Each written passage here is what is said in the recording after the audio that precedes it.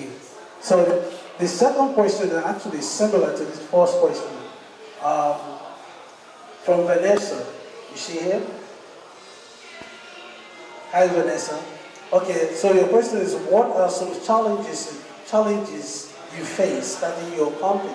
And what advice do you have for young professionals that are entrepreneurs but don't have their resources? I guess you need money, right, to start your business. So I think you should take the first part of the question, which is, what are the challenges you face starting your company? As the other part has been answered. Based on my experience, there are two options when you start a business. Either you have identified a problem that you want to solve, or either you are creating a market.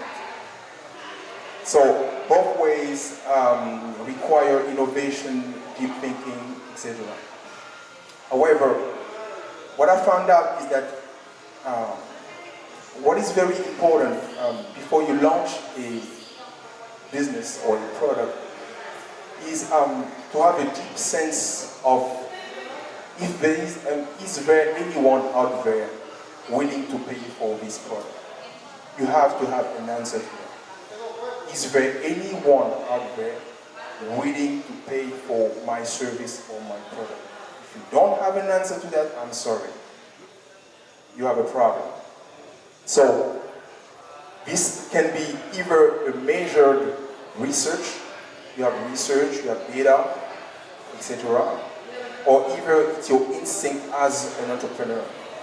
What interesting in Africa is that we don't have good quality data. It's very scarce, very difficult to get. So a lot of people would come to me and say, do we have data about Africa? Do we have a lot of investors? I was in Harvard last week, and a lot of people came to me and said, do we have data about it?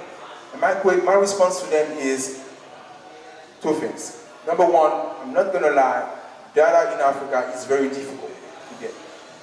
That's one. But number two, do you see a difference between data and insight? That's very different. Okay?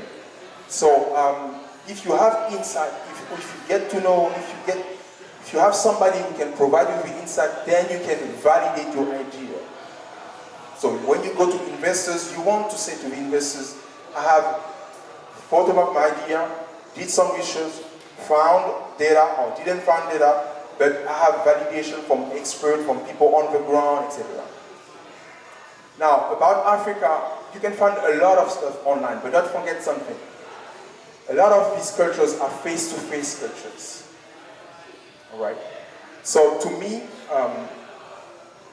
the most important, the number one knowledge that you can get about that comes from the ground. Very few people still trust data. Nielsen, Deloitte, KPMG, they do a great job with providing with information and data. But at the end of the day, they also rely a lot on the ground insight. Yeah. I could say two challenges I face as an entrepreneur. So I have 3 businesses I've started over the last 7 years, and 2 things that I know I've gone through, I've dealt with. One is getting out of my own way, mentally, right? And 2, having patience. So when me and my business partner started our first company in 2009, we wanted to start it right away, but we waited and we did some research into who was doing what we wanted to do, and it's simply just a YouTube site for car fanatics. That's when we started our first company. And we actually stopped ourselves and said, no, we need to do some research and actually figure out who's doing this, what our name's going to be, what the logo's going to be, what the website's going to look like. We actually drew the website out and all that. And so that helped us with having patience, and it helped us with getting out of our own way, because we had an idea of what we thought it would look like in our head, and it didn't end up like that eventually. But I think one thing entrepreneurs, a lot of people wanting to foray into entrepreneurship deal with is that mental kind of like, so smart people, right? Everyone in this room that's smart, right? you're too smart to take risks, right? Smart people don't take risks. Smart, I know, it's risky. Starting a business is risky. I'm gonna get a job, right?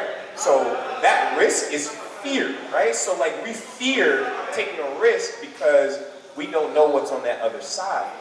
One thing I can say is the only thing that's on the other side of that fear is what you've been asking for. I promise you. The other side of that fear is what you've been asking for. But you have to get there. No one's gonna push you there. No one's gonna drag you there. You have to walk there, crawl, tippy-toe to that other side of fear yourself.